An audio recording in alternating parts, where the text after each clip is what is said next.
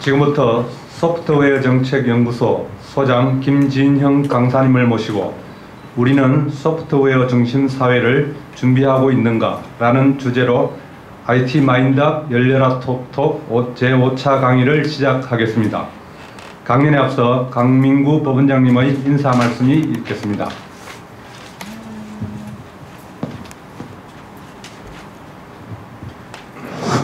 예, 연일 여러분들 노고가 큽니다. 오늘 우리가 모신 김진형 박사님은 제가 3년 전에 미국의 실리콘밸리에 구글, 페이스북, 트위터, 이베이, 진가 5개 IT 기업을 한국정보법학회 회장 자격으로 방문한 바가 있었는데, 그때 우리 김 박사님과 같은 일행을 이루어서 3박 4일간 빡빡하게 실무 방문을 한 적이 있습니다.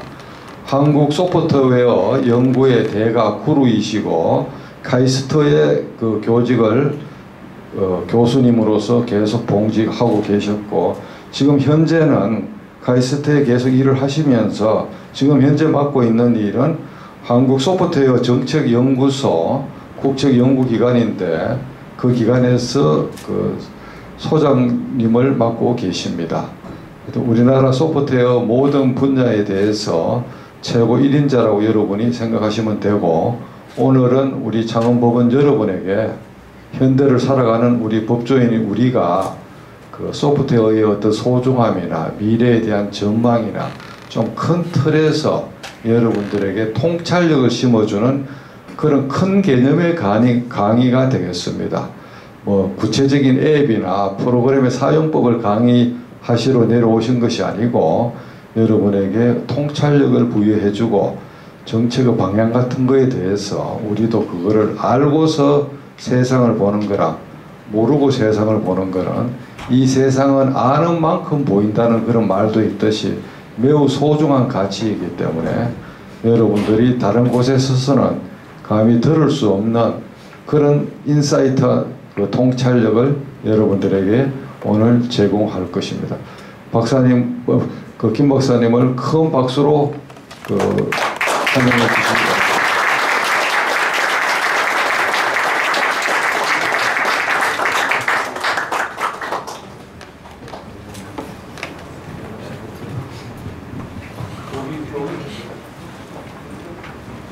그러고 싶어서. 네.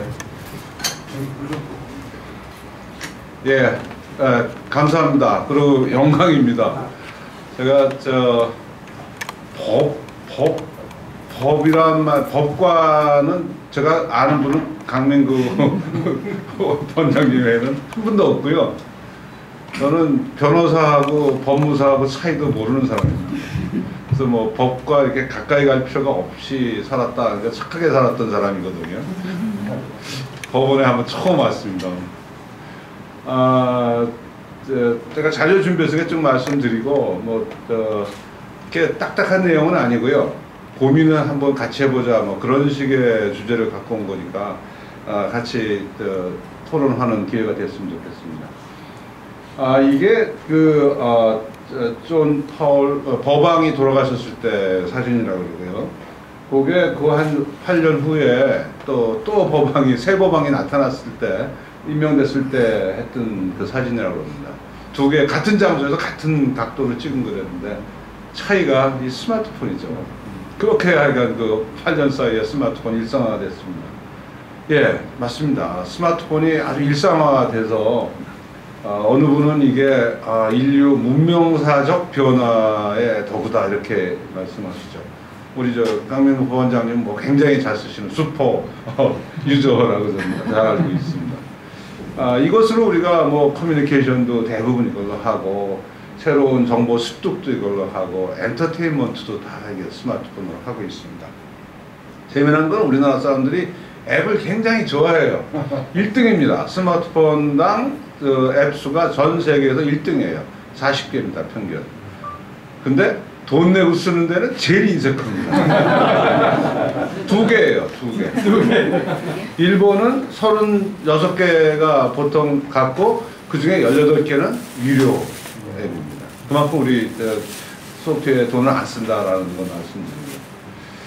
이 스마트폰이 들어오는 거를 가장 이제 적극적으로 끌어당기는 역할을 한 것이 애플 아이폰이죠. 그리고 굉장히 이제 우리나라에서는 이제 이거 못 들어오게 했어요. 뭐 위피라고 그래가지고 우리나라만의 프로토콜을 만들어서 이걸 안 쓰면 안 된다 그랬습니다. 그러니까 애플이 현대인들은 안 들어가 그러고 2007년에 애플이 스마트폰을 만들었는데 2009년 말까지 애플이 안 들어왔습니다. 그래서 저희 공부하는 사람은 외국에 나와 있다는 건 아는데 아주 안타깝고 그래서 그때 제가 이제 뭐 만든 게 앱센터라는 걸 만들었습니다. 민간 운동을 만들어서 앱을 개발하고 뭐 그렇게 하자. 이거 약간 좋은 기회가 올 수 있다라고 해서 2009년 저는 한 8월부터 이제 작업을 했는데 뭐 다행히 2009년 이제 11월에 우리나라가 항복을 했죠. 아 이거 안 되겠다. 잘못됐다 그러고 이제 그 프로토콜 강제하던 걸 다 철수하고 그 애플이 들어왔습니다. 어떻든 간에 아이폰이 지금까지 전 세계 생산의 10%밖에 안 하고 있어요. 모바일 폰의 10%밖에 안 하고 있는데도 불구하고 매출은 40%를 차지하고 있고 이익은 70%를 차지하고 있습니다. 2012년에는 전 세계에서 모바일 폰으로 돈을 버는 회사가 딱 두 개밖에 없어요. 애플하고 삼성.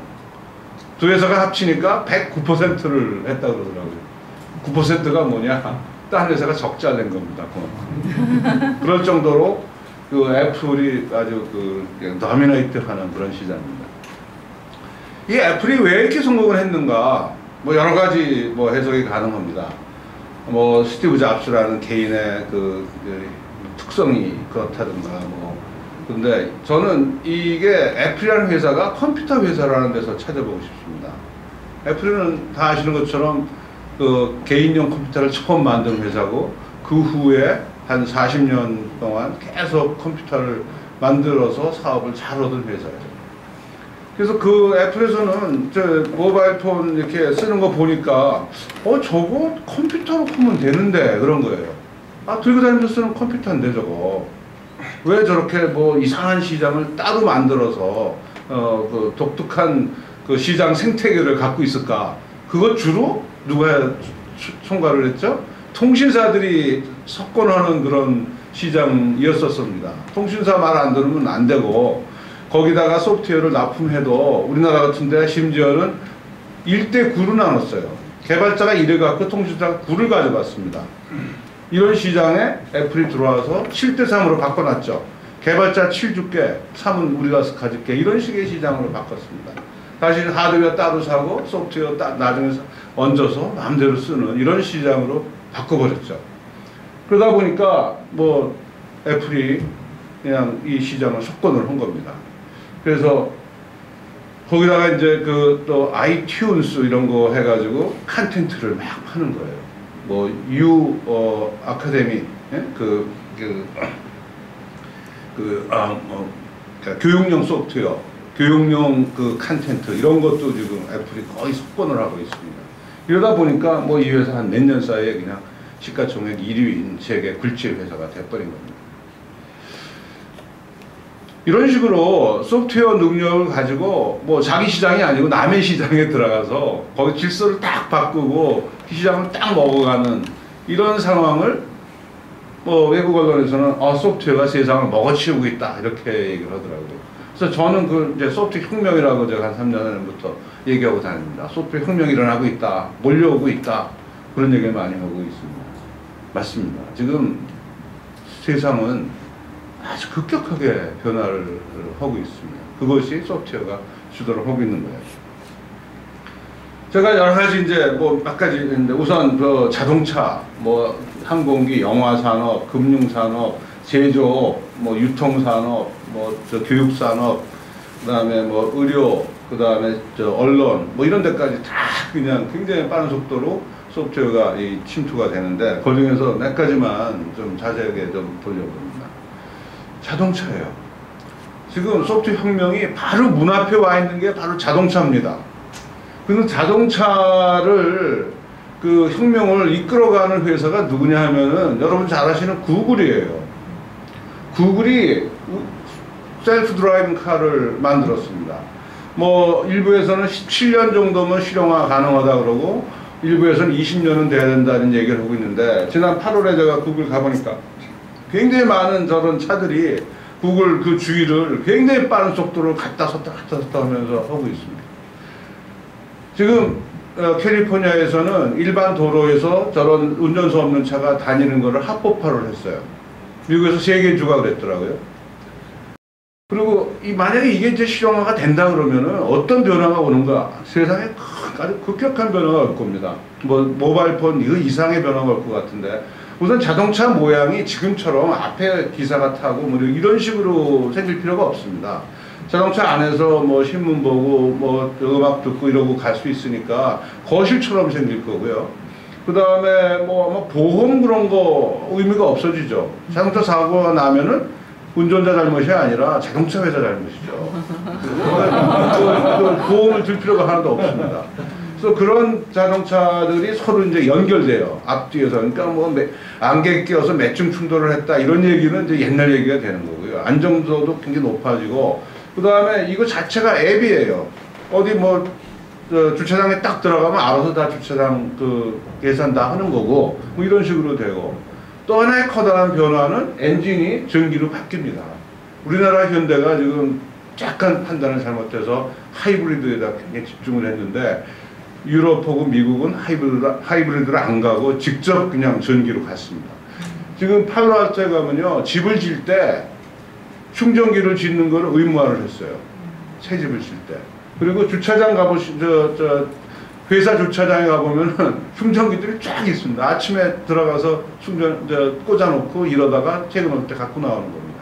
이 테슬라라는 자동차가 뭐가 좋은 차라는 거에 의미를 아십니까? 뭐 사람마다 다르겠지만 젊은 애들이 굉장히 좋아하는 차인데 왜 그러냐? 신호등에 딱 맥혔다가 신호등이 딱 풀릴 때 가장 빨리 나가는 차가 제일 좋은 차예요. 근데 원래 전기차가 이게 순간 가속도가 약하다고 되어 있었습니다. 근데 이 테슬라가 굉장히 빨라요. 그래서 젊은 애들이 아주 이거에 광분을 하고 있습니다. 근데 이런 전기자동차는 문제가 뭐냐면 배터리 충전하는데 시간이 너무 걸려요. 어디 여행을 가는데 배터리 충전을 해야 된다 그러면 거기서 몇 시간 서서 충전해야 되니까 이게 문제 아닙니까? 이 문제를 해결하는 게 베터플레이스라는 창업회사예요. 배터리를 똑같은 걸 만들어서 표준화 시켜가지고 자동차가 들어오면 기름 넣는 거 마찬가지로 배터리를 딱 바꿔주는 거예요. 우리 여러분 모터 경주할 때 그 자동차가 옆으로 빠져나오면 급하게 이제 그 배터리 타이어 바꿔주고 뭐 그러는 것처럼 배터리를 바꿔주면 싹 떠날 수 있는 이런 식의 비즈니스가 굉장히 지금 성공적으로 진행되고 있습니다. 이러다 보니까 이제 그 벤츠 회장이 뭐라 그러냐면 야 자동차는 이제 가솔린이 아니라 소프트웨어로 달리는 거다. 혁신에 일어나는 모든 굉장히 많은 부분이 소프트웨어적으로 처리를 하고 있습니다. 이건 우리나라에서 광고하는 거예요. 현대차 광고입니다. 광고 문구가 전기, 전자 플러스 화학 플러스 IT 플러스 신소재 이퀄 자동차 이렇게 선전을 해요. 전통적으로 자동차 그러면은 기계예요. 기계과 학생들을 불러서 자동차를 만들었습니다. 기계과 안 불러요. 기계과가 지금 기계과 졸업하면은 자동차에 갈 수가 없습니다. 현실이에요 이게. 그리고 이 아래 오픈 오토모티브 얼라이언스라는 거는 구글이 여러분 쓰는 안드로이드 폰을 안드로이드 그 운영 체계를 만들 때 걔네들이 오픈 핸드셋 얼라이언스라는 걸 만들었어요. 그래가지고 야 우리가 모든 거 다 만들 테니까 너희는 하드웨어만 만들어. 그래서 그거 갖다 쓴 게 누구죠? 삼성입니다. 그래서 지금 삼성이 그동안 재미 좀 봤는데 이제는 누구나 다 갖다 쓰는 거예요. 또 그리고 하드웨어는 중국도 만들어요. 더 싸게 만들어요. 지금 뭐 내려오다 신문기사 보니까 삼성의 이번 분기가 3조더라고요. 12조까지 갔었습니다. 그러다 지난 분기에 7조라고 해서 뭐 어닝 쇼크라고 했는데 이제는 3조가 됐습니다. 어떤 면에서는 이제 삼성은 핸드폰 산업은 손을 놓을 수밖에 없는 게 아닌가. 중국이 다 나타났어요. 만약에 이게 구글이 오픈 오토매틱 얼라이언스를 제대로 한다 그러면 요 안에 보니까 우리 현대가 딱 들어가 앉았어요. 가서 이제 얻어 써야죠. 기다리고 있는데 아마 삼성이 지금 느끼는 그 비참함을 우리 현대자동차도 몇 년 후는 느끼지 않을까 이렇게 걱정을 하고 있습니다. 뭐 비행기 만드는데 지금 우리가 F-35 사오기로 했지 않습니까? 그 F-35에 2,400만 라인의 그 소스가 있고, 이 기둥이 뭐냐면은 그 기능의 90%를 소프트웨어로 처리한다는 얘기예요. 그러면 어떻게 해석할 수 있냐면, 아, 비행기 저건 날아다니는 컴퓨터다, 날아다니는 컴퓨터 하드웨어다, 그럴 수가 있는 거예요. 필요한 기능을 갖다가 장착하면은, 우리가 소프트웨어 업로드하는 거 마찬가지로 장착하면 새로운 기능이 들어가고, 그 다음에 유도탄 다른 거 다르면 다른 또 운영 그 컨트롤하는 소프트웨어를 올려오고, 이런 식으로 작업을 하고 있습니다. 우리나라에서 지금 뜻 있는 우리 군인들이 이거 굉장히 비싼 돈 주고 사오지 않습니까? 소프트웨어 우리가 업그레이드를 못하고 있어요, 지금. 근데 이 소프트웨어 들여다보면 할 수 있는 정도 되거든요. 그러니까 그런 연구소를 만들자고 계속 지금 제안을 하고 있습니다. 영화. 이번에 뭐 명랑 영화에서도 다 그 그래픽으로 처리했습니다. 이제는 영화 산업은 컴퓨터 그래픽스 산업이에요. 훨씬 싸요. 직접 사람 쓰는 것보다. 그 영화 산업 그렇게 됐죠. 이 금융업이 진짜 우리나라 뭐 아주 지금 문제입니다. 금융업 자체가 뭐 경쟁력 없는 거는 물론이려니와 또 규제로 아주 딱 묶어가지고 우리 IT 하는 사람들이 들어갈 수 없도록 지난 10여 년 쫙 묶어놨었어요.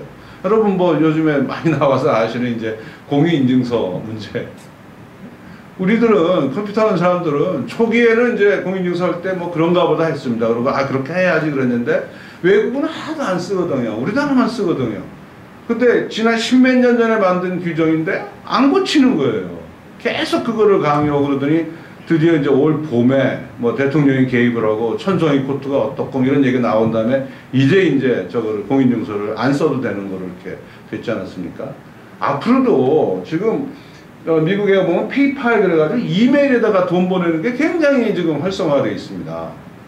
그리고 그 중국의 알리바바, 이거 알리바바가 우리나라 그 G마켓 같은 거거든요. 근데 중국이 우리나라보다 신용이 나쁘죠. 저조올 수가 없지 않습니까? 가난하고 못 사고 그러니까 신용이 나쁜데 한마디로 살꾼이 많은 거예요. 그럼 물건을 이렇게 이제 그 돈 받기 전에 물건 보내주면 그놈이 도망가면 어떡해요? 마찬가지로 물건도 왔는데 돈부터 먼저 주면 짝퉁 보내면 어떡합니까? 그러니까 거래가 안 일어나는 거예요. 그 중간에 앉아가지고 거래가 일어나게 도와주는 게 알리바바가 했던 겁니다. 어떤 거 서비스를 하냐? 에스크로 서비스로 합니다. 돈 받아놓고, 야, 돈 받았으니까 물건 보내서 너 물건 검사는 괜찮냐? 괜찮다 그러면 내 돈을 넘겨주는 거죠. 이런 식의 서비스를 해요. 근데 돈을 이제 갖고 있잖아요. 그 알리바바가. 거기다가 이자를 줍니다. 당연히 이자 줘야죠. 근데 이자를 많이 줘요. 그러니까 중국 애들 물건을 안 사도 돈을 거기다 쌓아놔요. 알리바바가 금융업을 하고 있어요, 이제. 돈 빌려주는 일을 하고 있고, 그 다음에 마니마켓 펀드 넘버1이에요. 그러니까 이 알리바바가 지금 미국에 좀 이따 자료를 보여드릴게요. 미국으로 이제 상장을 했지 않습니까, 며칠 전에. 거기 그 사장이라는 쨍 말하는 친구가 며칠 전에 3조 원을 기부를 했어요. 이게 우리 애들 했던 네이버 뭐 다음보다 훨씬 늦게 시작했고요. 시작할 때는 얘네들이 시작할 때는 우리 네이버 다음은 무적이 앞서가는 나라였었어요. 근데 우리는 지금 아직도 이 모양인데 얘네들이 이렇게 컸다는 얘기죠. 참 안타깝습니다. 특히 금융 쪽에서 너무 규제를 많이 해요. 우리는 이거 안 되지 않습니까? 신용카드에서 크레딧 카드 지금 못 긁어요. 허용을 안 해요. 기술이 없는 게 아니에요. 허용을 안 해서 그렇습니다. 뭐 빅데이터 뭐 많이 알려져 있어서 제가 많은 양을 쓰지 않았는데, 뭐 구글이 뭐 지리어 던지는 것이 뭐가 나타나는가를 분석하고 있으면은 그 동네 감기가 많이 지금 번창하는구나 하는 걸 알 수 있다 그래요. 그걸 아는데 즉시 걸려요. 시간이 안 걸려요. 그래서 이런 어느 지역에 어느 질병이 잘 창궐한다라는 걸 조사하는 기관이 질병관리센터 CDC예요. 거기서 다 항상 그걸 조사를 하고 있죠. 근데 감기 알아내는데 4주 걸린답니다. 4주 후에 이제 아는 거야. 아, 그동안 그 지역에 감기가 많이 창궐했었구나. 근데 구글은 직접 알아요. 그러니까 그거 알고 나니까 어떤 서비스를 해주냐? 독감지도. 전 세계 독감지도. 이거 지금 가면 구글에서 하는 서비스입니다. 그래서 독감이 지금 창궐하는 데는 빨갛게 해주고, 뭐 독감이 없는 데는 저 허옇게 그려주고 이렇게 그리는 거예요. 자, 기분이 좀 나쁘지만 구글이 우리가 하는 짓을 다 알고 있어요. 니들이 뭐 하는지 다 안다 이러고 있습니다. 좀 이 문제는 아마 굉장히 앞으로 그 여러 가지 국가 간의 관계나 여러 가지 법적인 이슈가 굉장히 많을 거라고 생각됩니다. 또 하나 커다란 변화가 이 교육 시장에도 있습니다. 매시브 오픈 온라인 코스예요. 묵스라고 그러죠. 그래서 2012년은 무크의 해, 뭐 이런 식으로 이제 우리나라에서도 많이 알려졌는데, 뭐 인터넷 강좌 하는 겁니다. 기본적인 그겁니다. 근데 그거 재미없죠. 뭐 사진 찍어서 보여주면은 이거는 녹화하시는데 보는 사람 되게 재미없어요. 껌껌한 데서 막 떠드니까 재미없어요. 근데 이거는 그것만이 아니라 거기다가 대화도 가능하고 숙제도 내줍니다. 그 다음에 채점도 봐요. 채점 해줘. 시험도 보고 채점을 해줘요. 어떻게 하는지 아세요? 뭐 단답형 채점이야 간단하게 하겠죠. 사지선당 같은 걸 하죠. 근데 단답형은 이제 OCR 같은 걸 해주고요. 그 다음에 주관식 문제는 이렇게 돌려보게 해가지고 채점들을 해줘요. 그래가지고 성적을 냅니다. 뭐 인공지능 과목을 16만 명이 동시에 들었다고 합니다. 그리고 증서도 해줘요. 증서가 학위는 안 해요. 왜냐하면 학위를 법적 권한이 없기 때문에. 그러나 그냥 이런 증서를 해주는데 당신이 이 과목을 들었는데 16만 명이 들었는데 당신이 100등을 했습니다 라는 증서를 해줘요. 이 증서가 웬만한 학위보다 훨씬 더 권위 있는 거 아니겠습니까? 뽑는 사람 입장에서 뭐 이름 모르는 대학에서 뭐 석사학위라고 갖고 온 것하고 여기서 16만 명이 들어가지고 뭐 100등 했다고 서류 갖고 오는데 누굴 뽑으시겠어요 여러분? 대학들이 당할 수가 없는 거예요. 여기서 강의하는 분들은 전 세계에서 가장 잘하는 사람 불러서 그 사람 강의시키는 겁니다. 카이스트도 몇 년 전에 그 총장님이 야, 다 영어로 강의하라고 그랬어요. 그래서 저희 그냥 개기면서 영어로 이제 강의도 하고 학생들은 뭐 영어 강의 들으니까 못 알아듣고 그러고 뭐 자살도 오고 뭐 여러 가지 신문에 마시는 그런 그 고난을 겪었는데 그거를 해결한 게 이거였습니다. 저희가 뭐라 그랬냐면 야, 여기 가서 들어라. 그리고 수업 시간에는 뭘 듣는 거 있으면은 한국말로 물어봐라. 성적이 훨씬 좋아요. 이제 앞으로 대학 그렇게 많이 필요 없습니다. 우리나라는 특히 뭐 83%까지 대학생이었다가 이제는 줄어드는 단계인데 거기다 이게 포개지니까 굉장히 빠른 속도로 없어질 겁니다. 저는 그게 예측할 수 있어요. 다행히도 저는 이제 뭐 카이스트를 거의 떠나서 제 신분에는 문제가 없는데 또 하나 커다란 게 3D 프린팅이에요. 3D 프린팅 뭐 그 기술은 저 논리적으로 생각하면 별거 아니거든요. 얇은 판을 이게 만드는 거예요. 그래서 그걸 포개 넣는 겁니다. 그러면 모든 물질을 다 만들 수 있죠. 얇은 판을 어떻게 만드냐 하면은 액체를 이렇게 바르는 겁니다. 그리고 조금 기다리면 이게 굳어버리잖아요. 그리고 거기에다가 또 그 다음 레이어를 바르고 모든 걸 쭉 쌓는 거예요. 뭐 이 논리적으로는 어려운 게 하나도 없는데 이것이 이제 실용화가 되는 거죠. 재료도 좋은 재료로 만들어지고 지금은 많은 경우에 싼 거는 이제 플라스틱으로 합니다. 근데 진짜 좋은 그 3D 프린터는 금속 재료로 해요. 그러니까 뭐든지 만들 수 있어요. 거기다가 3D 스캐너하고 연결시키면은 자연에 있는 물체의 3차원 정보를 얻어가지고 인공적으로 만든 거고 결합을 하지 않습니까? 못 만들 게 없는 거예요. 저런 뭐 ET 같은 것도 같이 조합을 시키는 거죠. 진짜 창의력만 이제 필요한 거죠. 뭘 만들까? 어떻게 만들까 하는 거는 너무 창의력만 있으면 다 할 수 있는 겁니다. 이 회사는 보니까 일본 회사인데 얼굴 떠주는 회사더라고요. 딱 스캐너로 딱 떠가지고 3D 프린터로 만들어주죠. 뭐 몇 전에는 신장 그런 것도 다 이제 인공 장기 같은 것도 스캐너로 다 만들어 집어넣어줍니다. 딱 맞는 거. 그죠?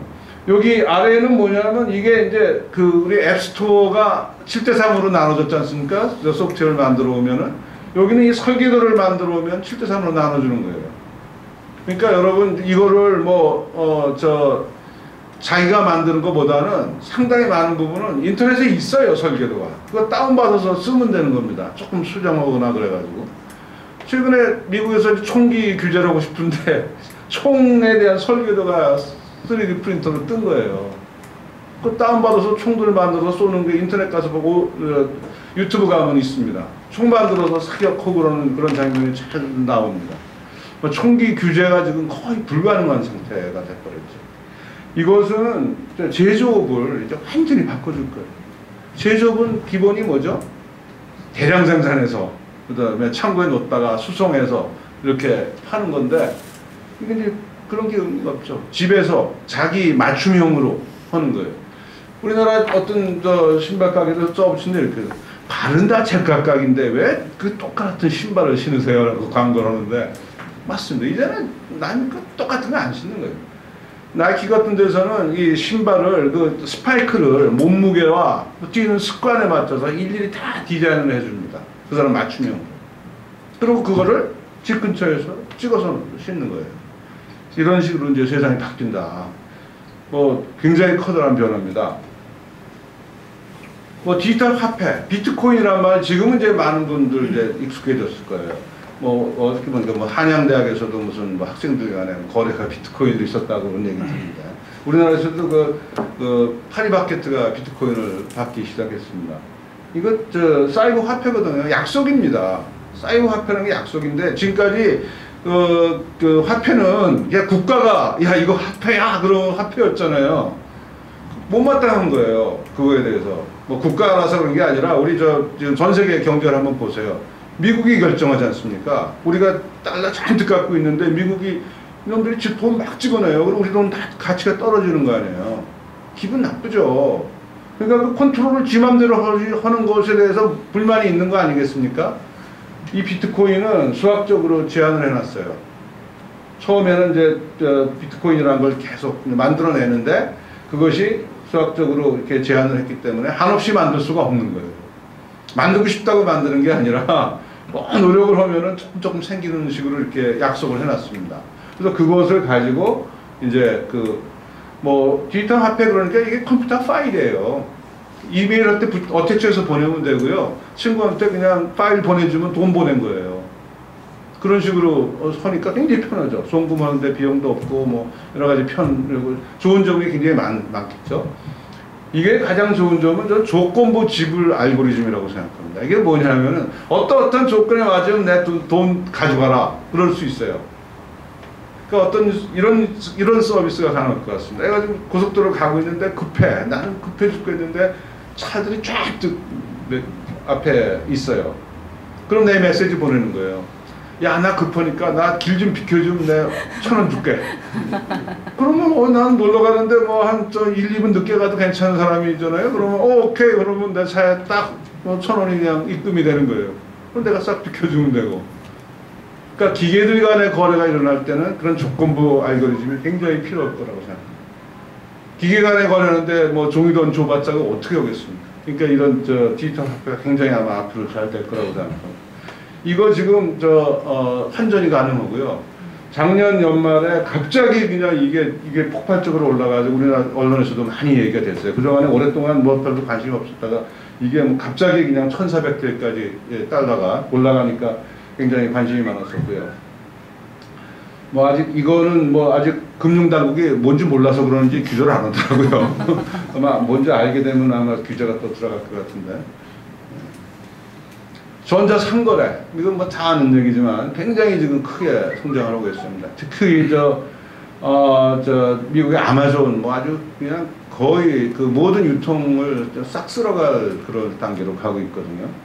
그래서 이제 미국에서 이 직장 다니는 사람들이 주중에 계속 아마존에서 이제 오더를 해놓으면은 주말에 그냥 컨테이너가 집으로 그냥 전달되는 이런 식의 지금 상황이 되어가고 있습니다. 아주 재미난 여러 가지 어드밴스된 그런 피처들이 많이 생겨요. 그래서 이제 아마존에서는 대쉬라는 걸 만들었는데 이게 물건 주문하는 거예요.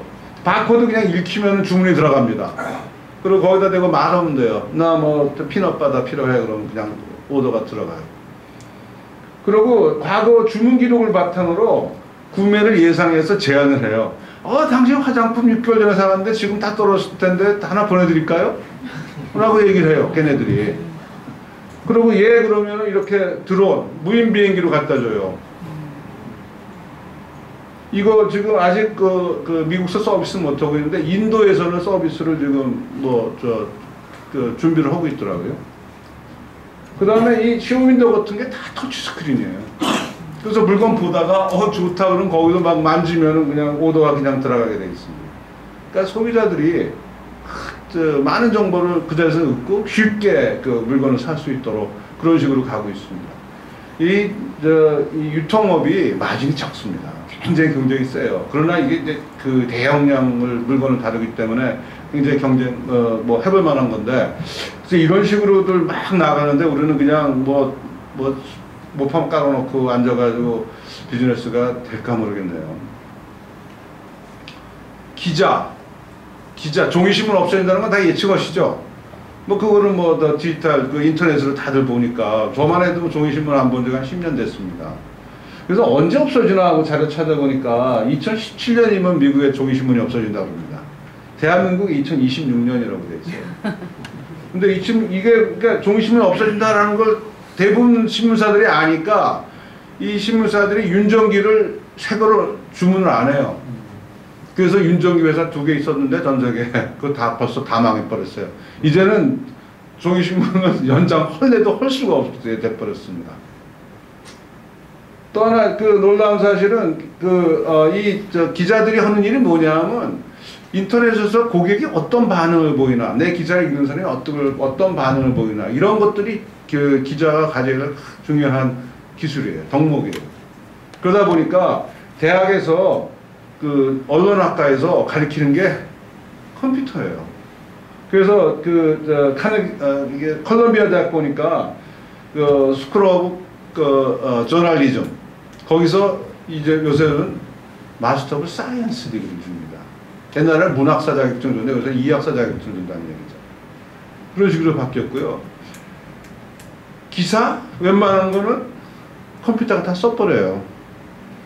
올해 연초에 캘리포니아에서 지진이 났는데 그거를 제일 먼저 송고한 것이 로버트예요. 로버트 저런 식의 기계 하나 박아놨는데 거기서 진동 파악하고 있다가 언제 어디에서 진도 몇에 지진이 발생했습니다라는 송고 딱 보내는 거는 기계가 제일 먼저 하는 거죠.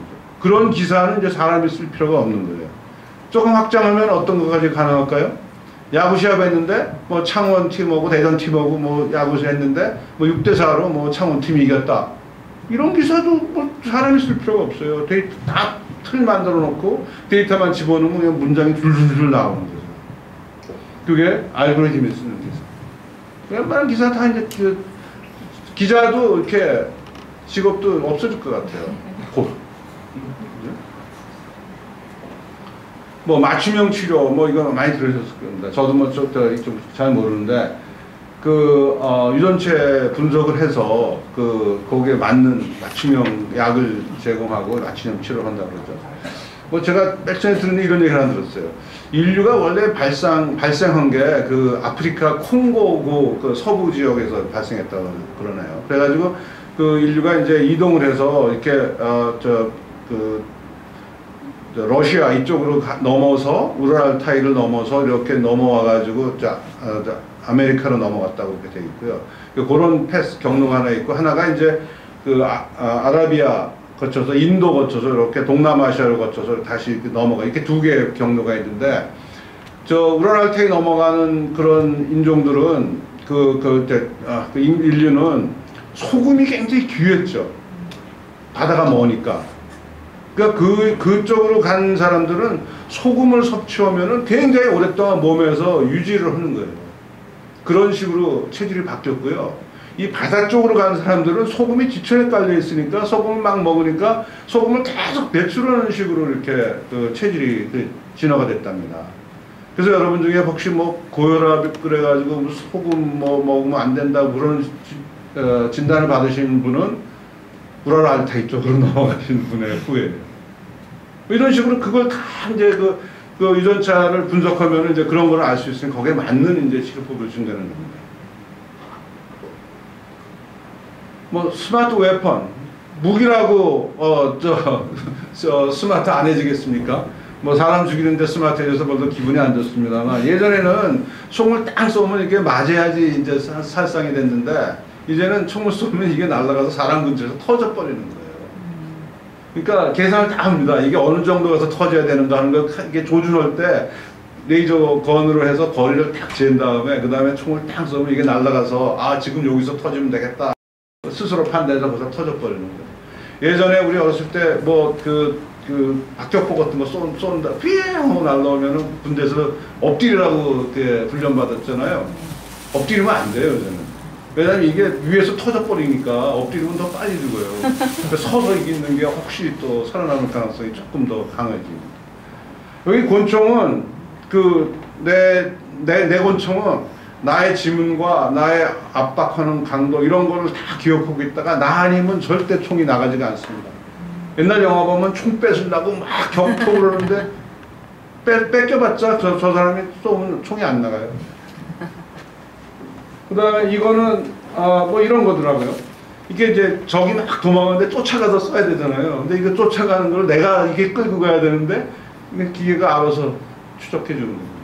뭐 그런 거. 뭐 그다음에 저건 위에 거는 이제 스마트 그러니까 스파인데 총을 딱 쏘면 저게 이제 가서 벽에 딱 달려붙어요. 박혀 있어. 그럼 거기서부터 이제 비디오 촬영을 해가지고 그 정보를 다 나한테 보내주는 거예요. 무인 비행기도 그런 것입니다. 무인 비행기에도 적지에 보내버리면은 거기서 계속 사진 찍어서 이렇게 보내주거든요. 뭐 그런 게 이제 뭐 일상적으로 되어 있죠. 뭐 이런 식으로 이제 무기도 굉장히 이제 스마트 해주고 있습니다. 뭐 과학 연구의 패러다임이 경험적 과학에서 이론적 과학을 거쳐서 계산적 과학으로 넘어갔습니다. 요즘에 그게 이제 데이터 중심으로 넘어가고 있죠. 그래서 데이터 분석하는 것이 과학하는 거예요. 그러다 보니까 모든 학문에 컴퓨테이션이라는 말이 붙습니다. 컴퓨테이셔널 바이올로지, 컴퓨테이셔널 케미스트리, 컴퓨테이셔널 저널리즘, 컴퓨테이셔널 링귀스틱 이런 식으로 쭉 나가죠. 컴퓨터 모르면 이제 공부할 수가 없어요.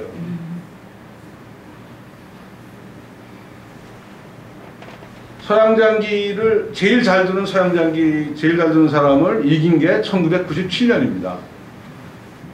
지금 2011년에 왓슨이라는 IBM에서 만든 그 슈퍼컴퓨터가 퀴즈대에 나가요. 제퍼디라는 퀴즈대. 우리나라 같으면 이제 골든벨을 울려라 그런 데 나간 거예요. 그래서 주장원들이거든. 저 사람도 굉장히 잘하는 사람이에요. 몇 기 장원들인데 그 사람들하고 대회에서 다 이겼어요.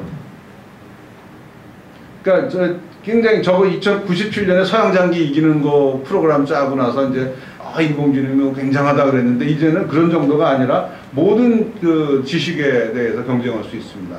이후에 어떤 일이 벌어진지 아세요? 일본 동경대학에서 동경대학 입시에 들어가는 인공지능을 만들겠다 이러고 있고 우리나라 애트리에서도 지금 수능시험 합격하는 인공지능을 만들겠다고 연구를 지금 하고 있습니다. 뭐 최근에는 선정이가 페퍼라는 로봇을 만들었는데 감성을 이해한다고 해서 인터넷 가보니까 굉장히 저 로봇가 아주 정말 부드럽게 대화를 하고 그 다음에 뭐 표정도 짓고 뭐 그렇게 합니다. 예, 이렇게 지금 아까 세상이 굉장히 빠른 속도로 변하고 있는데 무엇이 그거를 가능하게 했겠는가? 그건 첫 번째는 컴퓨터 하드웨어 기술이에요. 뭐 여러분 무어의 법칙이란 말 들었어요. 굉장히 빠른 속도, 기하급수적으로 이게 발전을 해요. 크기도 굉장히 적어지고 그 다음에 값도 싸지고 속도도 빨라지고 그 다음에 전기도 조금 쓰고 그러다 보니까 요새 컴퓨터 한 대 가격이 얼마인지 아세요?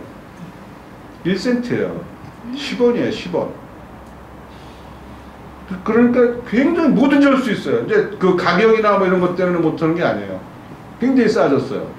그 다음에 네트워크는 굉장히 빨라졌습니다. 거의 그냥 뭐 모든 통신을 제로 코스트로 할 수 있다고 생각하시면 돼요. 멀리 있는 거, 멀리 있거나 가까이 있거나 똑같은 거예요. 갖고 오는데 빨리 갖고 올 수 있으니까 모든 정보를.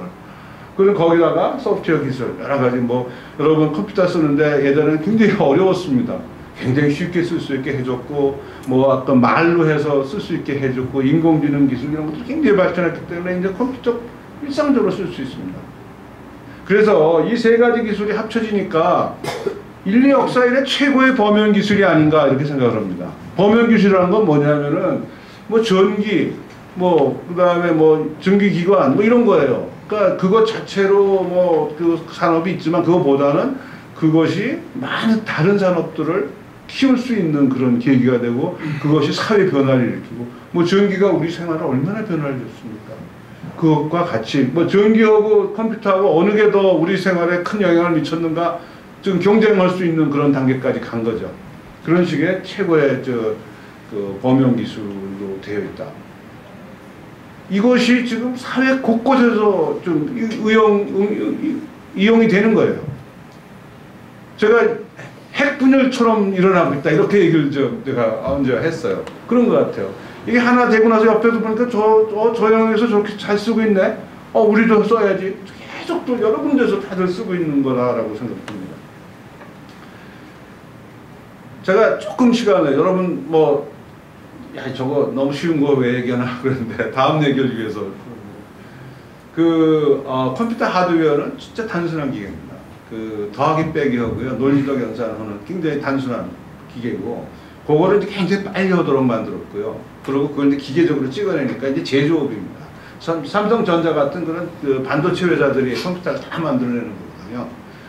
근데 문제를 푸는 방법은 굉장히 철학적인 거죠. 머릿속에 있는 거죠, 우리가. 그래서 문제를 어떻게 풀면 된다. 그거를 뭔가 그걸 알고리즘이라고 그래요. 알고리즘을 한번 표현해봐라 그러면은 우리가 플로우 차트라고 이런 식으로 표현할 거예요. 만약에 뭐면은 어떻게 하고 이거 표현은 이렇게 하고 이런 식으로 표현해야 되지 않습니까? 문제 푸는 방법이라는 거를. 그래서 그런 머릿속에 있는 문제 푸는 방법 그거를 컴퓨터 단순한 기계가 자동적으로 처리할 수 있도록 이제 옮겨주는 작업이 컴퓨터 프로그래밍이에요. 그래서 그거 하기 위해서는 컴퓨터가 알고 나도 알 수 있는 언어를 이용해서 넘겨줘야 되는 거죠. 그래서 그거를 코딩이라고 그러고 프로그램이라고 그럽니다. 그래서 그렇게 해서 넘겨주면은 컴퓨터가 그걸 자동적으로 작업을 할 수가 있어요.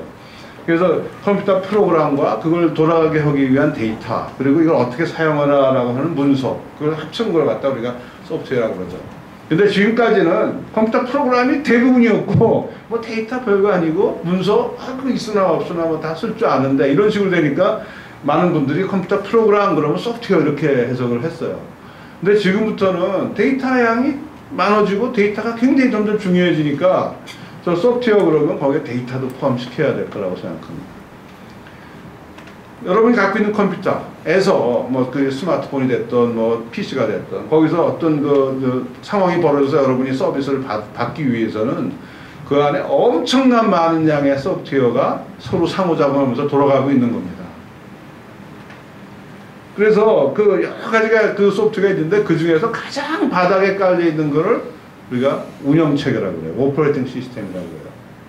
그래서 지금 여러분 쓰시는 건 안드로이드, 뭐 애플 쓰시는 분은 뭐 iOS, 마이크로소프트 쓰면은 뭐 윈도우스 그런 것들이 다 운영체계예요. 이거를 만들어내면 그 위에 올라가는 모든 소프트웨어는 게 컨트롤이 가는 거거든요. 우리나라에서도 이제 뭐 소프트웨어 딴 나라가 잘 버니까 뭐 공무원들이 야 우리나라는 왜 소프트웨어 못해? OS 안 만들어? 한국형 OS 만들어야지. 그래가지고 뭐 300억 줄 테니까 만들어봐 그런 얘기 하는데 그거 만드는 게 어려운 건 아니에요. 기술적으로 다 할 수 있습니다. 만들었는데 그거를 과연 쓰게 하는 게 그게 어려운 거예요.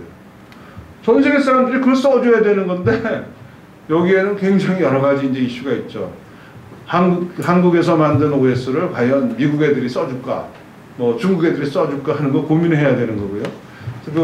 써주게 하려면은 여러 가지 뭐 혜택도 주고 뭐 이래야지만 쓰지 않겠습니까? 근데 그렇게 하는 그 개발자들을 잘 이렇게 챙겨주는 것 같은 거 잘 못해요, 우리나라 기업들은. 그리고 해봤자 안 돼요. 몇 번 했죠. 바다라는 것도 만들고 지금 타이젠도 만들었습니다, 삼성에. 안 써요, 근데 사람들이. 자기네만 쓰는 거야. 삼성 안에서만. 그렇게 소프트웨어를 쓰는 게 뭐냐?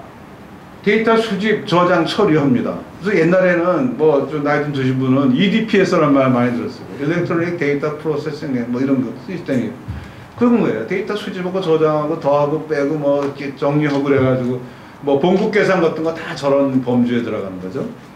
그 다음에 자동화가 가능합니다. 컴퓨터가 알아서 해주니까 하라는 대로 쭉 프로그램 해놓으면 차례차례 집행을 넣으니까 자동화가 가능하고요. 그 다음에 최적화는 여러 가지 해보고 제일 좋은 거 골라줄 수 있으니까 최적화가 가능하고요. 그 다음에 뭐 그 사람은 굉장히 적당히 해서 잘하잖아요. 근데 기계는 그런 거 못하거든요. 근데 그런 거를 가능하게 해주는 게 소프트웨어가 해주는 거죠. 그래서 이런 것들이 결합이 되면 어떤 일이 벌어지냐? 상황 인식이 가능해요. 지금 무슨 일이 벌어지고 있다는 걸 알 수가 있고 거기에 맞춰서 과학적 의사결정이 가능합니다. 그리고 너 어떻게 해서 이렇게 결정했어? 라고 물으면은 데이터를 갖다 근간으로 해서 이러이러했기 때문에 이랬습니다. 라는 판단을 할 수가 있어요. 심지어는 지식 창출이 가능합니다. 사람이 어떻게 해서 너 이거 새 걸 만들어냈냐? 이렇게 했는데요? 그럼 그거 한번 그대로 컴퓨터 프로그램을 옮겨볼까? 그것이 기계학습이에요. 인공지능이에요. 그것들이 만들어내는 거예요, 여기서는. 지식의 양이 엄청나게 이제 증가하고 있습니다. 그래서 뭐, 일부에서는 지금 작년까지 전 인류가 만들어낸 모든 지식과 올해 만들어낸 지식이 같은 양이다. 이런 식의 얘기들을 하고 있거든요. 제가 법적으로는 하나도 몰라서 얘기 안 하겠는데, 판단하는 거 같은 거, 이제 사람만 하는 거라고 생각했는데, 이제는 기계도 같이 할 수 있어요. 오토메이션 오브 리걸 리즈닝 그런 얘기들을 인공지능 원사들이 많이 하고 있습니다. 판사들이 판단하시는 과정, 뭐 자동할 수 있는 거 아닌가? 이런 데 챌린지를 하고 있는 거죠. 죄송합니다. 너무 지금 뭐 쭉 살아가는 세상을 옛날에 원시 수렵 사회에서 농경 사회를 거쳐서 산업 사회, 우리나라가 산업 사회 거의 마지막 순간에 잘해서 이나마 좀 뭐 3만 불 시대에 들어갔다고 생각하고요. 그 다음에 이제 정보사회라고 넘어갔습니다. 정보사회가 우리가 1970년, 80년 이렇게 얘기할 수 있는데, 그때는 주로 이제 IT 하드웨어, 컴퓨터라는 하드웨어, 그 다음에 통신, 이 중심으로 이제 쭉 넘어갔죠. 그래서 뭐 IT 혁명이라는 말도 많이 썼는데, IT 혁명은 저게 주는 의미가 멀리 있는 정보를 가까이서도 볼 수 있다라는 뜻으로 쓸 수가 있어요. 근데 요즘에 일어나는 현상은 IT 혁명으로 설명이 안 됩니다. 그래서 그걸 소프트웨어 혁명이라고 저는 이름 짓고 싶고, 그 다음에 요즘에 새로 되는 거는 이제 소프트웨어 중심 사회 이런 식으로 얘기를 하자라고 저는 제안을 하고 있습니다. 산업혁명 시대에는 우리 근육 이러는 육체 노동을 자동화시켜줬어요. 근데 요즘에 소프트웨어 혁명은 우리 두뇌 노동을 자동화시켜주고 있습니다.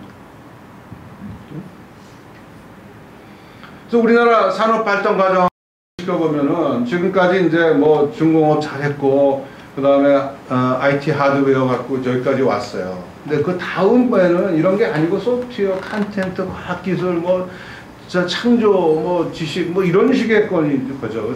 뭐 학계에서는 주로 이제 지식 창조 사회 이런 얘기를 많이 쓰는데, 우리 박근혜 대통령은 이제 이걸 창조 경제라고 이렇게 얘기를 하신 거죠. 그래서 이름이야 뭐 어떻든 간에 이제 새로운 어떤 패러다임의 사회, 새로운 패러다임이 와야 된다라고 생각하고 있고요. 그래서 그것을 뭐 소프트웨어 중심 사회라고 그러자라고 저희가 이제 연구소에서 계속 얘기를 하고 있습니다. 그래서 뭐 소프트웨어 중심 사회가 뭐냐? 소프트웨어가 광범위하게 사용돼서 우리 삶의 질이 향상되고, 그다음에 소프트웨어가 개인, 기업, 국가의 생산력의 아주 핵심이 되는, 경쟁력의 핵심이 되는 그런 사회가 아닌가 생각을 하고 있습니다. 소프트웨어 중심 사회에서는 모든 산업에서 기반 기술이 소프트웨어 기술이에요.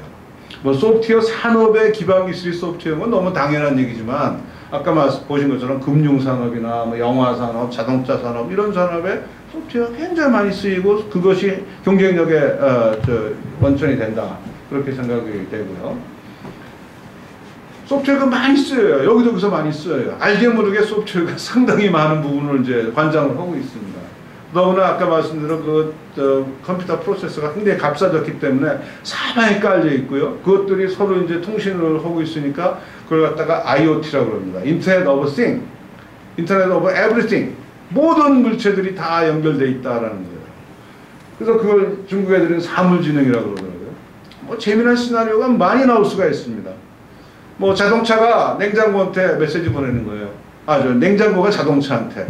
야, 자동차야, 나 냉장고인데 지금 우유가 떨어졌다. 너 퇴근하는 길에 꼭 저거 좀 사갖고 와라. 이런 메시지 지네끼리 주고받고 막 할 수 있어요.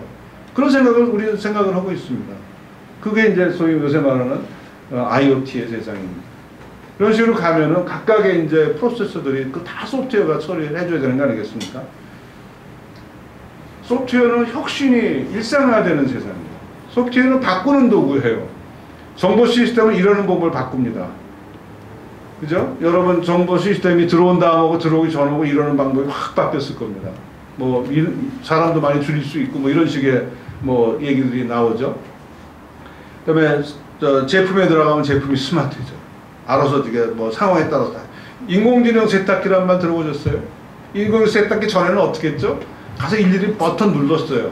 자동화 다 돼서 지가 알아서 뭐 흔들고 빨고 물 빼고 말리고 다 알아서 합니다. 스마트해지고 뭐 인터넷 통해서는 소통도 활성화시켜주고 그다음에 문화예술도 인터넷 통해서 향유하게 해주죠. 요즘에 뭐 런던 뭐 필하모니 오케스트라 할 때 똑같은 날 같은 시간에 국내 극장에서 똑같은 그 아주 그냥 고화질의 영상과 음악으로 이렇게 프로그램을 틀어줍니다. 이런 식으로 이제 우리가 문화예술 향유하는 것도 굉장히 이제 바뀌어지겠죠. 이렇게 이제 혁신의 도구이다 보니까 이걸 이용하면 아주 작은 아이들은 큰 사업을 이룰 수가 있어요. 가장 대표적인 거 빈방 빌려주자라는 아이디어예요. 우리 청년들 몇이 모여서 사는데 둘이 모여서 사는데 그 동네 뭐 방이 없다고요. 호텔에 방이 다 떨어졌대. 그러니까 이 친구들이 야 이거 우리 방 빌려주고 우리 옆방 가서 밤새고 포크 하나 하자 이러고 옆방 간 거예요. 그리고 방 빌려줬어요. 방 빌려주다 보니까 방이 너무 지저분하잖아요. 그러니까 청년 둘이 사는 게 어떻겠습니까? 그래가지고 급하게 가서 그 튜브를 샀어요. 그게 에어베드예요. 그래서 바람, 그 회사 이름이 에어베드니까. 에어베드 앤 브렉파스트예요. 그 바람 훅 불어가지고 깔아줬겠죠. 그리고 이제 아침에 와서 브렉파스트라고 그래가지고 에그 하나 붙여주고 소세지 하나 삶아주고 이렇게 했죠. 그리고 한 80불 받았다고 그래요. 괜찮잖아요. 하룻밤 나가서 폭하고 왔는데 80불을 벌었으니까 야 이거 비즈니스를 하자. 스마트폰으로 연결시킨 거예요. 스마트폰으로 다 오더하고 스마트폰으로 보여주고 제가 이게 파리에 가서 빈방 보자 했더니 저렇게 나오더라고요. 저거 딱 누르면은 그 집이 어떻게 생겼고 주인은 어느 분이고 옛날에 갔던 사람은 어쩌고 뭐 스토리가 막 정리되는 거예요. 이 회사가 시가총액이 100억 불이랍니다. 근데 하얏트 체인 전 세계에 그 많은 빌딩 갖고 있고 호텔 그 유지하는 하얏트 체인이 83억 불이에요. 이 회사는 뭐 남태평양에 있는 뭐 섬을 통째로 빌려주세요. 아니면 유럽에 있는 뭐 고성 뭐 고스트 나온다는 고성 그것도 빌려주세요. 이런 서비스 다 가능합니다. 한국에서 후배가 한옥 스테이 이걸 해요. 그러니까 이게 똑같은 걸 흉내내서 하는데 우리 한국에서 하니까 한옥이 좀 인기가 있을 것 같지 않습니까? 좋은 한옥들 뭐 가회동에 있는 한옥들을 다 섭외를 하고 뭐 얘기 들으니까 무슨 우리 유명 인사들이 사는 집도 섭외했다 그래요. 그래야지 이제 인기가 있으니까. 그러니까 뭐 심지어는 우리 한류 가수, 한류 뭐 그 스타들 그 분의 집과 똑같은 거를 만들어 놓고 그 한류 스타가 잠깐 와서 하룻밤 자고 가고 난 다음에 선전을 그렇게 하는 거예요. 한류 스타가 자고 똑같은 집이다. 그러니까 그런 식으로 이제 그 장사를 하더라고요. 잘해요. 학회 같은 거 오실 때 이거 이용하세요. 외국분 오실 때 뭐 하얏트 호텔 똑같잖아요. 전 세계 똑같은 모양의 똑같은 침대인데 한옥에서 딱 저거 멋있고 그 다음에 아침에 이렇게 반상으로 쫙 그러는데 값도 싸요. 그래서 이런 식으로 해요. 뭘 여기에 이제 뭐 법하신 분들은 이제 저거 법적으로 문제인데 저거 뭐 숙박업이 허가 안 받고 하고 어쩌고 뭐 이런 얘기 많이 있을 텐데 하여간 그런 건 나중 문제고 이건 갑니다. 이게 세상이 이렇게 가고 있어요. 이러다 보니까 이 소프트웨어로 창업한 회사들 굉장히 빠른 속도로 돈 벌고 성장을 하는 거예요. 여기 보이는 많은 회사들이 다 창업한 회사고요. 이 창업한 사람들이 다 뭐 40대 50대밖에 안 됐어요. 우리나라에서도 마찬가지죠. 네이버 한 15년 전에 창업했습니다. 저희 카이스트 제자들이에요. 친구들 회사 보니까 6위예요. 시가총액에. 저는 깜짝 놀랐어요. 보니까 이게 SK텔레콤, KT, LG U+를 합친 것보다 시가총액이 더 커요. 이런 식으로 성장하는 겁니다. 여기 이제 보니까 아까 알리바바라는 회사 이거 10년밖에 안 됐거든요. 근데 미국에 가서 상장해가지고 지금 4번째 회사가 됐어요. 삼성전자보다 더 커요. 시가총액이. 네, 지금까지 제가 이제 주로 뭐 그 경제적 얘기만 했는데 경제적 아니고도 뭐 효율적인 사회, 그다음 안전한 사회, 뭐 투명한 사회, 소통하는 사회 이거 하는데 소프트웨어가 다 크게 큰 역할을 하는 거예요. 이번에 세월호 사건도 뭐 안전한 사회, 저거 미리미리 저런 시스템을 만들어서 했었으면 저는 좀 그렇지만 뭐 수평수가 얼마 있는지 전 국민이 볼 수 있게 뭐 저 중계해버렸으면 어떻게 그거 안 채우고 출발하겠습니까? 여러분 저 여기 그 원자력 발전소가 어느 날 중단됐어요. 10분간 중단됐어요. 근데 보고 안 하고 숨겼어요. 카메라 하나만 달아놓고 전 국민이 인터넷으로 보고 있었으면 뭐 꼭 볼 필요는 없는 거죠. 중계한다는 거 알고 그다음에 뭐 학자나 이런 사람들이 연구하기 위해서 그걸 들여다볼 수 있으니까 뭐 그런 식으로 개방이 된다 그러면은 투명 안 할 수가 없는 거죠. 안전 안 할 수가 없는 거죠. 우리 우리 금융실명제 그거 컴퓨터 없으면 안 됐어요. 금융실명제 할 때 얼마나 반대가 많았는데요. 국회에 계신 분들이 다 반대했어요. 그럴 때 그분들이 뭐라고 했냐면 야 우리나라는 컴퓨터 실력이 없어서 못해. 무슨 소리야 우리가 어떻게 한다고 그래. 그런 식으로 막 우리를 비하했습니다. 근데 컴퓨터 하는 사람들이 할 수 있다고 국회에서 증언도 하고 그러고 열심히 해서 지금 금융실명제는 사고 하나도 없었습니다. 정보 시스템 사고는 없었습니다. 뭐 당연한 얘기지만 소프트웨어 분야에 일자리 무척 많이 생깁니다. 그리고 뭐 미국에서도 뭐 도저히 그 소프트웨어 엔지니어 될 수가 없어요. 140만 명이 필요한데 40만밖에 공부를 못한다. 나머지 어떻게 미국은 이민을 받아요. 우리나라도 지금 삼성전자가 3만 6천 명 있는데 반이 외국 사람입니다. 근데 우리나라 이민 못 받아 그러니까 이거 외국에다 두고 있죠. 베트나, 뭐 폴란드 이런 데 두고 외국 엔지니어를 두고 일을 시키고 있습니다. 뭐 당연한 얘기예요. 컴퓨터 학교 인기 짱이에요. 외국에서는. 이 카네기멜론 대학에서 이거 140명인가 뽑는데 닷컴 버블 때 한 3,000명 왔다가 요새 7,000명이 옵니다. 그리고 이게 이런 어제 신문인가에는 그 하버드 대학의 CS50이라는 과목이 하버드 역사상 가장 인기 있는 과목으로 됐어요. 그 전까지 뭔지 아세요? 정의란 무엇인가 그게 제일 인기 있었는데 그거를 지금 CS50이라는 컴퓨터 그 개론 과목이 제일 인기 있는 과목으로 올라갔다고 기사가 어제 신문에 났습니다. 그렇습니다. 지금 외국에서는 컴퓨터를 배우려고 그냥 아우성이에요. 뭐 좋은 점만 제가 얘기했는데 과연 세상에 뭐 좋은 점만 있겠습니까? 그림자가 분명히 있죠. 그게 뭐냐? 가장 걱정스러운 게 일자리입니다. 이게 자동화를 막 시키니까 일자리가 없어져요. 제가 요새 보고서 읽는데 그게 47%의 미국 잡이 10년 내에 없어질 거다. 이런 식의 보고서입니다. 그리고 뭐 기계와의 전쟁, 뭐 그다음에 세컨 머신 에이지 이런 책도 계속 여기서 발간되거든요. 맞습니다. 지금 일자리 다 없어지고 있어요. 물론 새거 생기죠. 새거 생기는 속도고 없어지는 속도고 이거 밸런스를 잘 맞춰야 되고 그 다음에 우리 노동자들이 자기 능력을 일로 바꿔가는 거 국가에서 굉장히 도와주고 이래서 잘 그 균형을 맞춰야 되는데 뭐 대한민국 지금 어떻게 되는지 아시잖아요. 이런 식으로 갔다가는 일자리는 다 없어지고 새 일자리 하나도 못 만들고 그러면 대한민국 진짜 골로 가는 거예요. 또 하나는 이게 글로벌입니다. 뭐 인터넷 소프트웨어 태어날 때부터 글로벌이에요. 앱스토어 글로벌입니다. 우리 네이버가 하는 서비스 국내에서만 쓰는 게 아니고요. 나인 같은 거는 일본에서 열심히 쓰고 있고 동남아시아 무척 쓰고 있습니다. 우리 젊은이들 잘해요. 그런데 문제 거기다가 급여까지 한번 따져서 보면 문제가 있죠.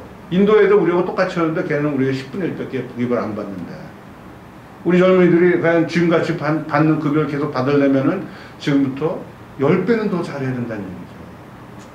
어쩔 수 없습니다. 그 양극화 심어야 되죠. 양극화 그러면 뭐 50대 50이면 뭐 참아줄만 한데 1대 99예요. 잘 나가는 한 사람이고 나머지 99명이 다 괴로우면 지금 세상이 그렇게 되지 않습니까?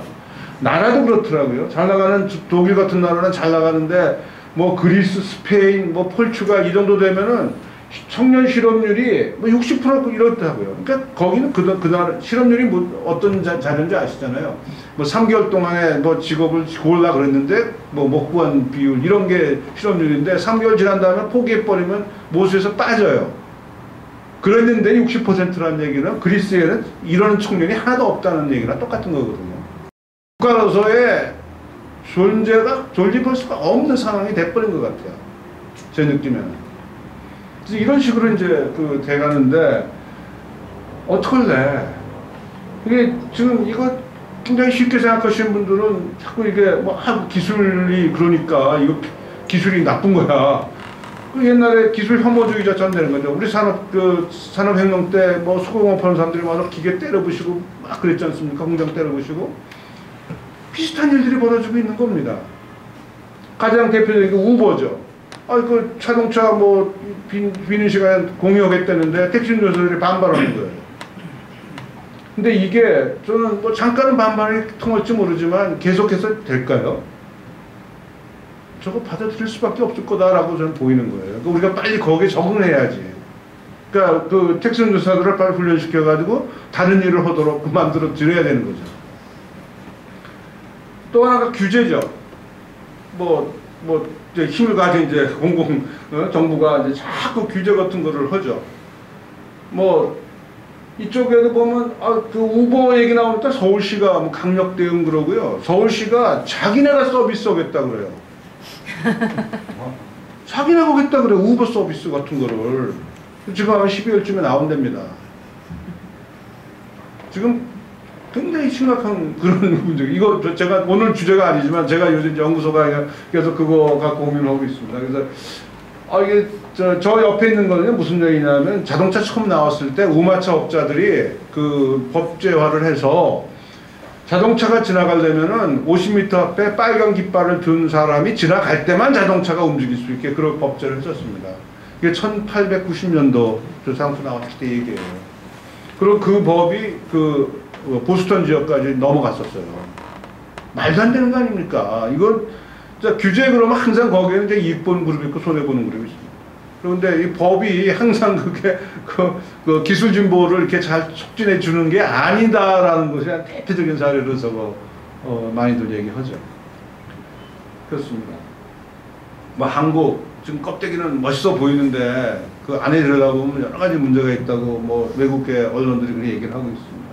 특히 저는 청소년 취업 굉장히 문제라고 생각해요. 저는 이게 소프트웨어 중심 사회의 어두운 면이 지금 이게 막 우리나라에 들어온 게 아닌가 그런 생각을 합니다.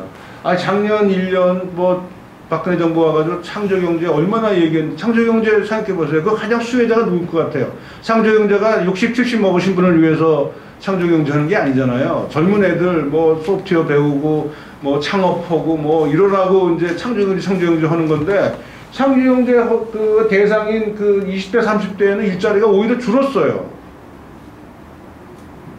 뭐가 지금 잘 안 돼가고 있는 것 같아요. 저는.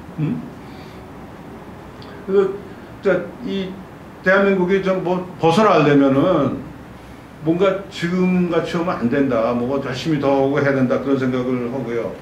곧 끝내겠습니다.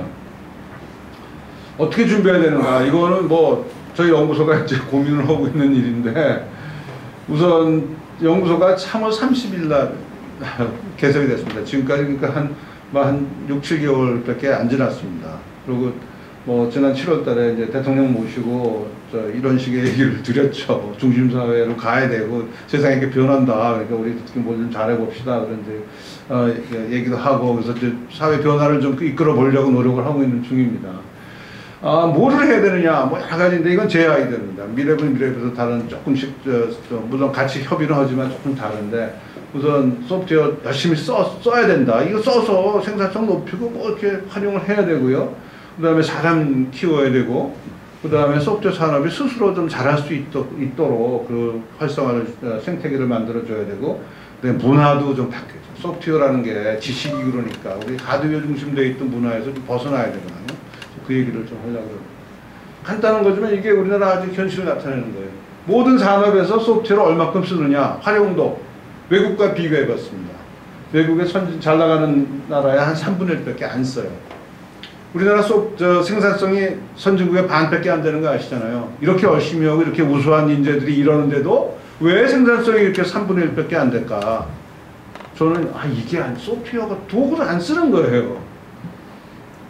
지금 우리나라는 워드 프로세서 아래 한글 열심히 쓰시잖아요. 그거 이상으로 좀 그 좋은 기능들이 굉장히 많은데 그건 안 쓰고 워드 프로세서 쓰면은 아래 한글 쓰면은 정보가 다 한 줄 알고 계셔요. 인쇄기계지 그게 워드 프로세서가 정보 기교류 기계가 아니지 않습니까?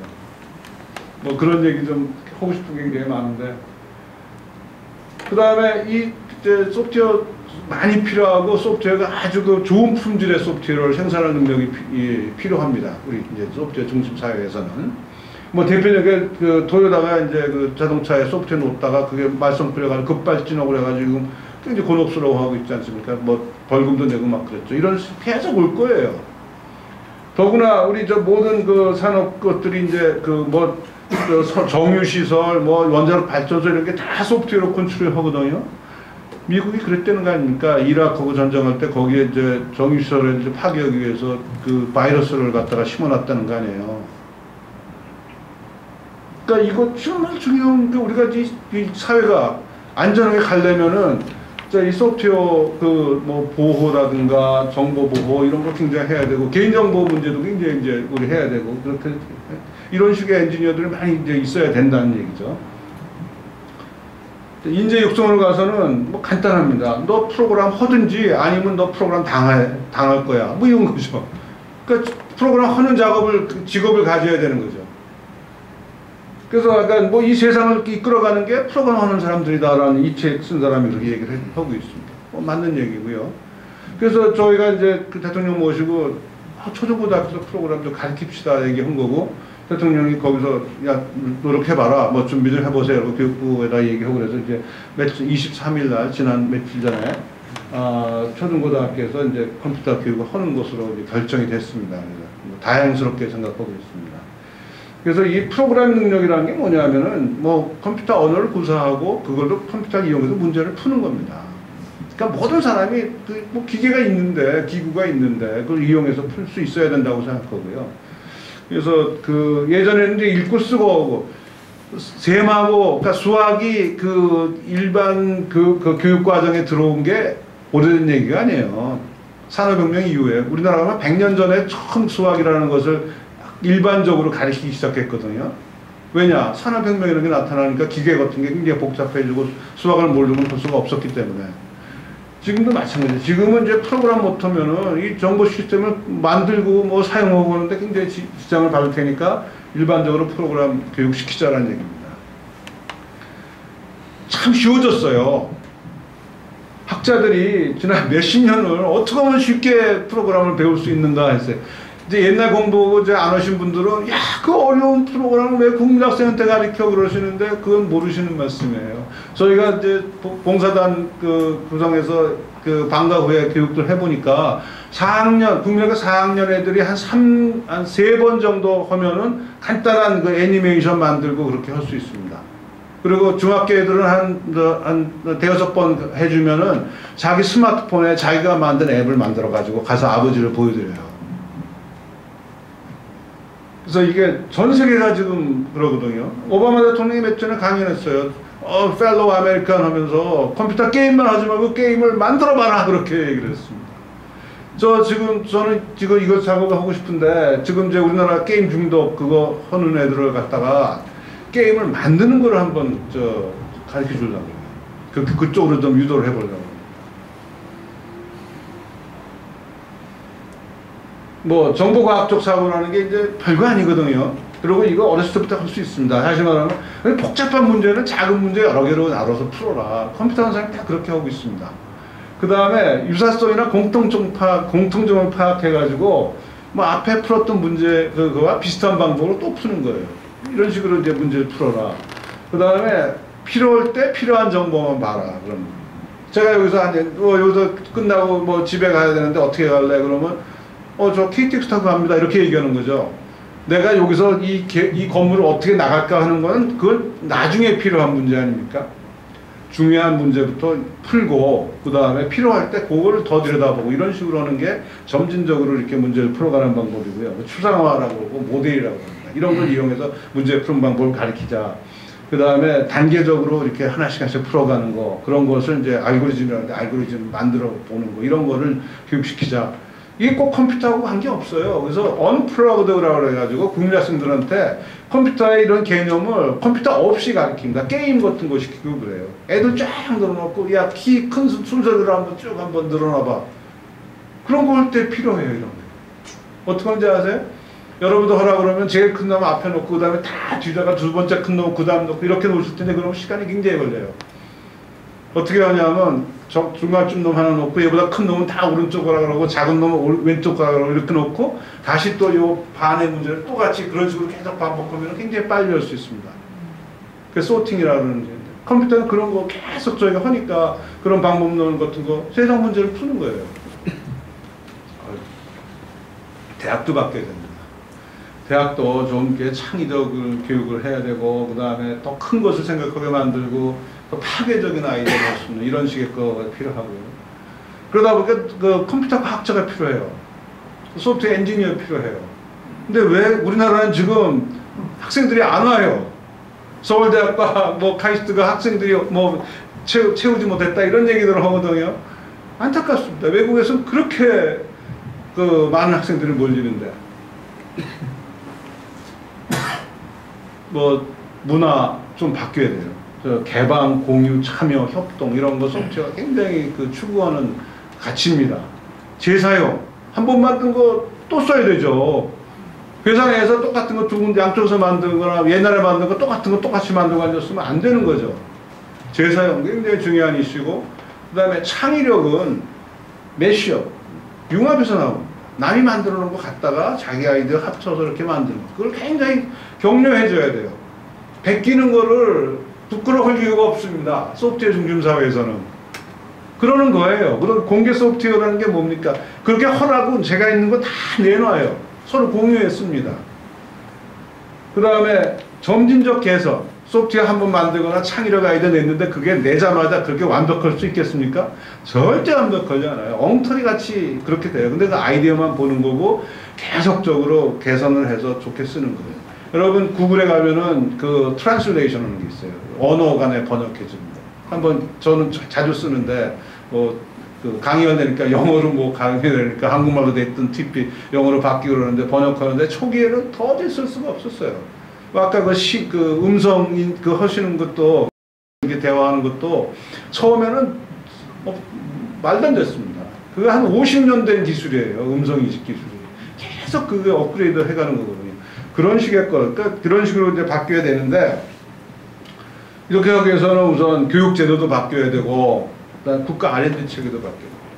우리나라 국가 R&D 체계는요. 남이 했던 거 또 오면 안 되는 그런 체계입니다.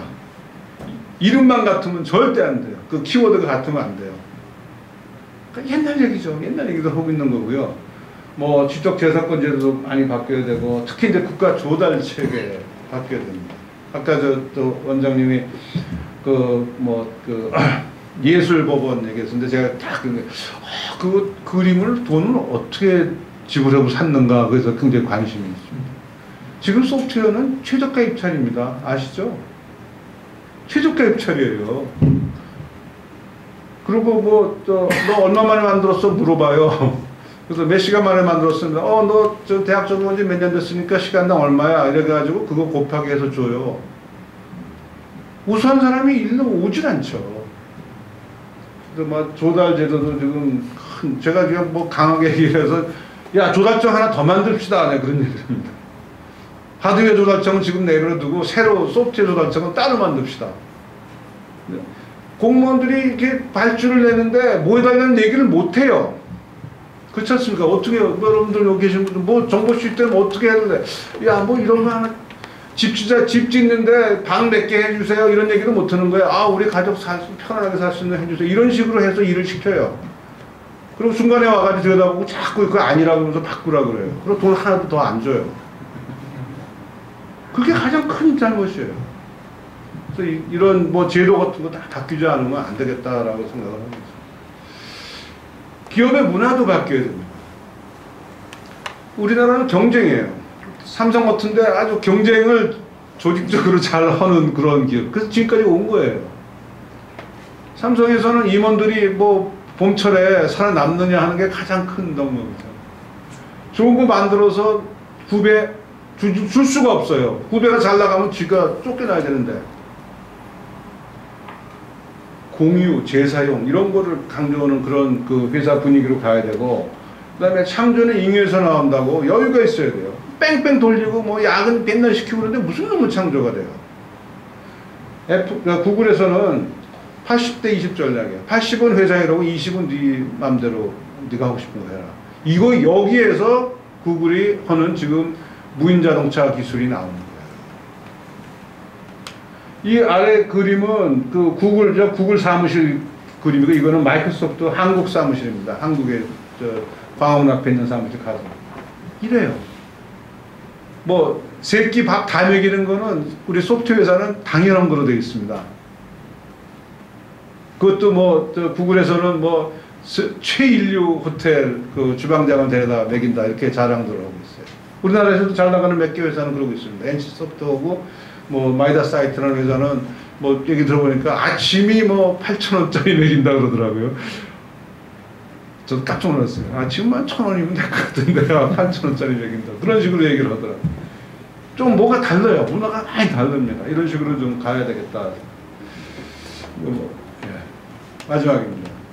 뭐 제가 여러분하고 잘 소통을 했는지 모르겠는데 큰 변화가 몰려오고 있다. 폭풍이 오고 있다. 이렇게 생각하고 있고요.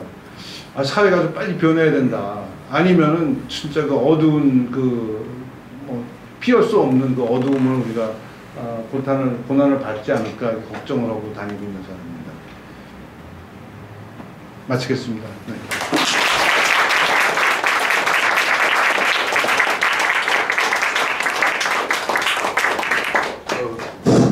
오늘 여러분들은 뭐 어떤 마음으로 이 강의를 들었는지 모르지만은 저는 평소 제가 생각했던 거랑 전부 일치하기 때문에 뭐 상당히 그 기쁜 마음으로 제가 계속 있었고, 정말 중요한 거를 여러분들이 새겨드려야 됩니다. 여러분들의 아이들을 앞으로 어떻게 어떤 분야에 진출시키고 가르쳐야 되느냐. 지금 박사님 많이 강조했지만 여러분들 보고 지금 당장 프로그램 짜라고 강요하는 건 아닙니다. 근데 하여튼 세상을 보는 눈을 바꿔야 되고, 제가 몇 번 그랬잖아요. 우리 속기 실무관들이 많지만은 대한민국에서 속기사는 5년 안에 90%는 없어지고 10%밖에 생존할 수가 없어요. 거기에 대해서 지금부터 대비를 해야 된다, 그 이야기입니다. 그래서 정말 엄청난 청기를 누설하셨는데, 시간은 좀 늦었지만 꼭 이거는 물어봐야 되겠다는 분이 있으면 뭐 질문 그래도 한두 개는 받고 끝내야 안 되겠습니까? 저 마지막에 이제 큰 폭풍이 다가오고 있어서 준비를 해야 한다고 하셨는데, 이제 저희들은 하는 일이 컴퓨터와 같은 건 아니고 이제 기성세대이긴 한데요. 이제 아이들이 부모이잖아요. 그러니까 저희들이 그 컴퓨터 일단 직업이 아닌 사람들이 일 준비를 할 수 있는 게 어떤 걸까요? 근데 뭐 아이들한테는 이제 뭐 컴퓨터를 예전처럼 막 게임이나 뭘 못하게 예. 막는 그런 게 아니고 뭐 다른 시간을 간다든지 해서 좀 도와주거나 이렇게 하고 싶은데 예, 어떤 많은 제가 말씀이 이제 많은 학부모님들이 컴퓨터 그러면 게임이라고 그래서 우리 애들 그냥 그 컴퓨터 좀 못하게 해주세요 막 그래요. 유지연 군이라고 서울 버스라고 그래가지고 만들어서 버스 이렇게 주차장에서 보면은 버스 언제 오나 하는 거 만들어서 아주 유명해졌던 그 친구가 저한테 뭐라는지 아세요? 교수님, 부모들이 컴퓨터 좀 그만해. 그 얘기 좀 안 하게 좀 해주세요. 라고 얘기를 하더라고요. 그럴 정도로 우리가 왜곡돼 있습니다. 이 컴퓨터라는 게 게임 하는 것만 알고 있는데, 게임도 분명히 그 중에 하나예요. 그래서, 저는, 우선 젊은, 여러분 자녀들 우선 컴퓨터 알아야 됩니다. 학교나 이런 데서 지금요, 지금 어떻게 됐냐면 초중고등학교에서 컴퓨터를 지금도 하지 말라는 건 아니에요. 교장 선생님이 선택해서 가르치라고 돼 있어요. 근데 교장 선생님들이 한문을 선택하지 컴퓨터를 선택 안 해요. 자신도 모르고 컴퓨터는 또 시설도 있어야 되고 선생님도 데려와야 되고 그러니까 그래서 안 골라서 선택을 안 해서 지금 못 하고 있는 거거든요.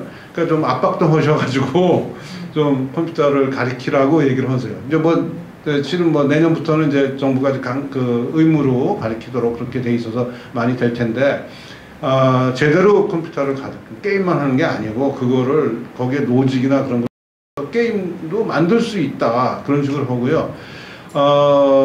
좀 잘 나가는, 우리 분야에 잘 나가는 젊은 후배 보니까 그 아들을 어떻게나 컴퓨터 같은 걸 많이 이렇게 가르쳤는지, 중학생이 가구 같은 거를 3D 프린터로 만들어서 페이스북에다 올리고 막 그랬어요. 그러니까 그런 애들의 창의력이라는 게 굉장히 높기 때문에 그리고 저희가 이제 소프트웨어 쪽에는 수능에 집어넣는 거 반대하고 있고요. 수능에 들어가는 순간 이건 암기 과목이 돼버리고 그 다음에 이게 가리키는 게 아니에요. 애들한테 해볼 수 있는 기회만 제공하면 됩니다.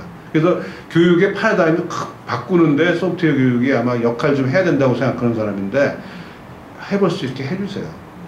그리고 게임 같은 거 너무 심하게 하면은 적절하게 규제 같은 건 좀 도와주셔야 되고요. 그 다음에 그거보다도 만드는 게 더 재밌다 이렇게 가르쳐 주시고 애들이 만들어 보면은요. 그리고 진짜 저도 여기 제가 만든 앱이 하나 있는데 저도 한 30분 만에 만들었거든요. 요새 그렇게 쉬워졌어요. 그래서 아까 말한 대로 애들이 여기다 자기가 만든 앱을 갖고 가서 저희 아버지한테 보여줄 때 애들이 아주 희열을 느껴요. 그래가지고 그다음부터는 이제 저희가 이번에 초등고등학교 교육하자 그럴 때 강조했던 게 뭐냐면 중학교에서 의무를 해달라고 그렇게 애걸복걸하라고 빌었던 거예요. 고등학교는 얘기 안 했어요. 왜냐? 중학교에서 애들이 해보고 나면은 고등학교는 선택 과목이니까 알아서 선택할 거다.